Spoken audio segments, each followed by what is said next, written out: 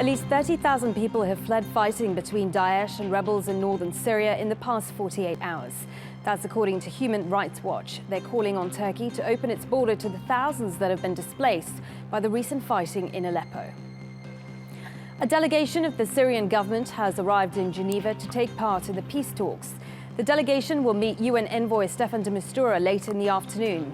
On Thursday, the main Syrian opposition group, the HNC, said it's willing to share membership of a transitional governing body with the regime, but not with Bashar al-Assad.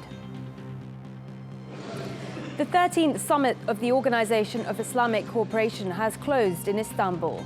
Delivering his address at the closing conference, Turkish President Recep Tayyip Erdogan called on all Muslims to stand united in the fight against terrorism.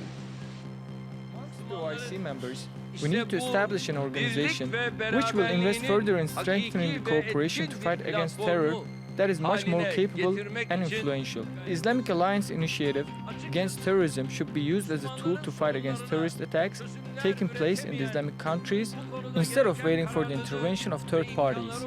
And we have to produce the solutions to fight against terrorism from within.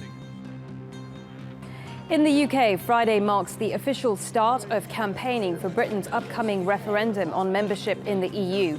The vote is planned for June the 23rd. It'll be a face-off between two groups. Vote Leave will be championing British withdrawal from the EU. It's being led by Conservative MP and current Mayor of London, Boris Johnson. Britain Stronger in Europe is the campaign group for those who want to remain part of the EU, and that's got the backing of the Prime Minister.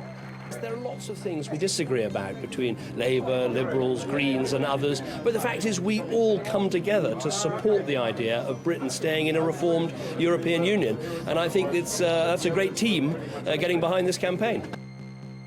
Belgium's Transport Minister has resigned after a secret EU report was leaked detailing lapses in airport security before bombings last month. It said the oversight of security measures at the nation's airports was flawed and cited serious deficiencies in the way safety checks were managed. 32 people died after suicide bombers attacked the airport in the city's metro.